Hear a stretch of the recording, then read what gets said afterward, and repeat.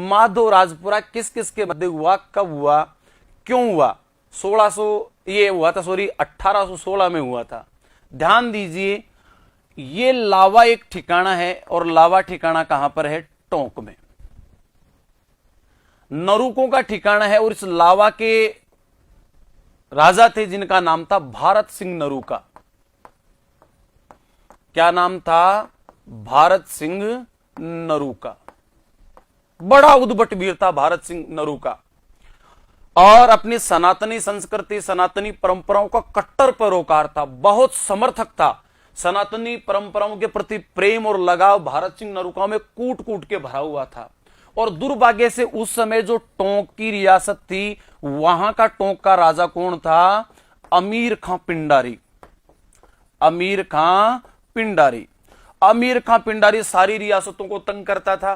किसी रियासत पर घेरा डाल दिया, कहता या तो युद्ध करो या 5 करोड़ रुपया दो, कि या तो रुपया ले लेता था या युद्ध में लड़ता रहता था। बड़ा आतताई था ये अमीर खां पिंडारी, सबको तंग कर रखा था। सांबर का युद्ध हुआ, उसमें भी अमीर खां जीत गया और सारे राजे रजवाड़ों को इसने दुखी कर रखा था। उसी समय एक उभर करके एक बड़े उद्भट वीर का नाम आया जो पूरे राजपुताने में चर्चित हो गया, और जो पूरे राजपुताने में चर्चित हुआ उस बंदे का नाम भारत सिंह नरूका। एक दिन महफिल चल रही थी और महफिल में भारत सिंह नरूका की वीरता का वर्णन उसके स्थानीय जो कवि लोग थे वो कर रहे थे। तो लोगों ने कहा कि यार भारत सिंह नरूका अगर इतना ही बड़ा वीर है तो इस अमीर खां पिंडारी को हरा के बताओ जिसने सारी रियासतों को तंग कर रखा है, परेशान कर रखा है। भारत सिंह नरूका ने कहा कि हो अमीर खां पिंडारी को क्यों नहीं हरा सकता? हरा सकता हूं, पहले भी हराया, इसने पहले भी हरा दिया था। तो लोगों ने कहा कि आमने सामने की लड़ाई में हरा के बता। छापामार युद्ध का बड़ा तगड़ा कलाकार था ये।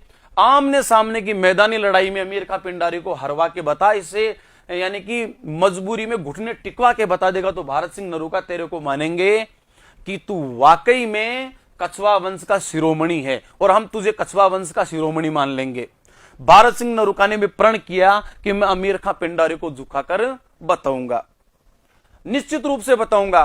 काफी समय निकल गया, साल भर का टाइम लिया था कि 1 साल में जो अगला सावन आएगा उससे पहले पहले मैं इसको पराजित कर दूंगा।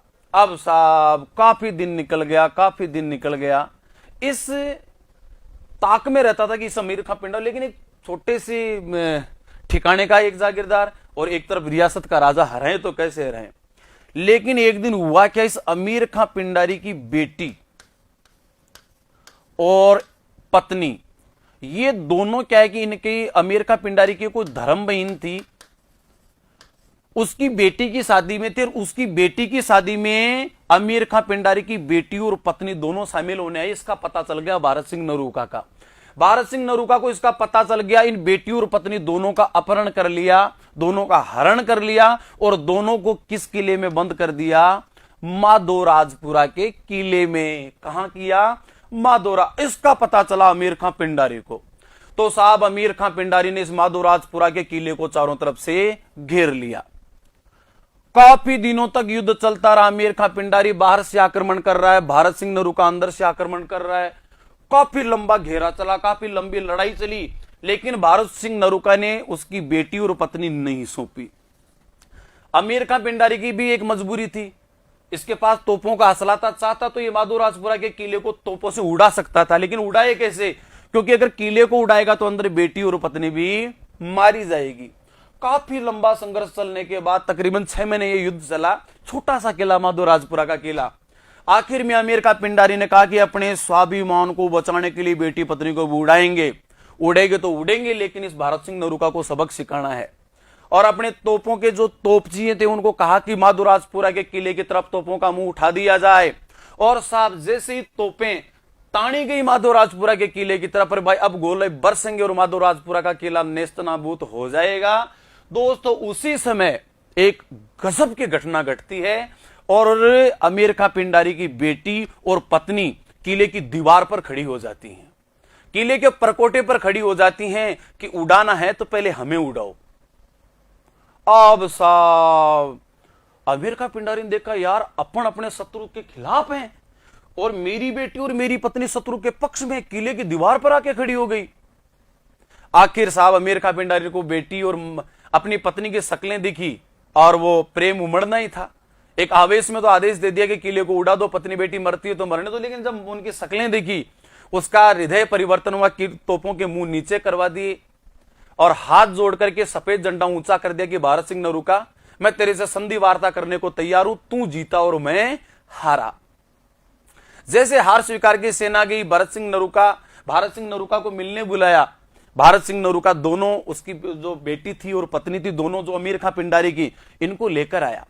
अमीर खां पिंडारी ने कहा, रे मेरी बेटी, रे मेरी पत्नी, तुम्हें मेरा पक्ष लेना चाहिए था, तुम इसके पक्ष में कैसे आगे? तो इन बेटी और पत्नी ने जो जवाब दिया, क्या जवाब दिया कि अरे दुष्ट, अरे नीच, अगर तू किसी हिंदू की बेटी को उठा ले जाता तो निश्चित रूप से उसके साथ व्यभिचार करता, उसके साथ अन्याय और अत्याचार करता, उसको दासी बना के रखता। लेकिन तुझे पता होना चाहिए, इसने मुझे बहन मान करके अपने किले में रखा है और तेरी बेटी को अपनी भांजी मान करके, कभी हमें कैद में नहीं रखा। मुझे बहन जितना प्यार दिया है, इस बेटी को भांजी जितना प्यार दिया है। हमें अपनी, जो इनके परिवार में इनकी मां थी, उन सबसे ज्यादा सम्मान मिला, हमारे इज्जत स्वाभिमान की सबकी रक्षा की है। इसलिए इस व्यक्ति के लिए हम मर भी जाएं, कुर्बान भी हो जाएं, तो ये हमारे लिए सौभाग्य की बात होगी। अमीर खां पिंडारी की आंखों में आंसू आ गए और भारत सिंह नरूका के पांव पकड़ लिए। ऐसा उद्भट वीर था भारत सिंह नरूका, जो कहां का ठिकानेदार था? लावा का, जो लावा पड़ता है टोंक में। तो दोस्तों, ये जो पूरा वर्णन जिस ग्रंथ में हुआ है, उस ग्रंथ का नाम है लावारासो। और लावारासो जिस कवि ने लिखा, उनका नाम है गोपालदान कविया, जो मेरे परदादा जी थे। गोपालदान कविया मेरे परदादा जी थे, इन्होंने ये ग्रंथ लिखा है लावारासो, जिसमें इस पूरे भारत सिंह नरूका के इस जो घटनाक्रम मैंने आपको बताया, इसका वर्णन किया है।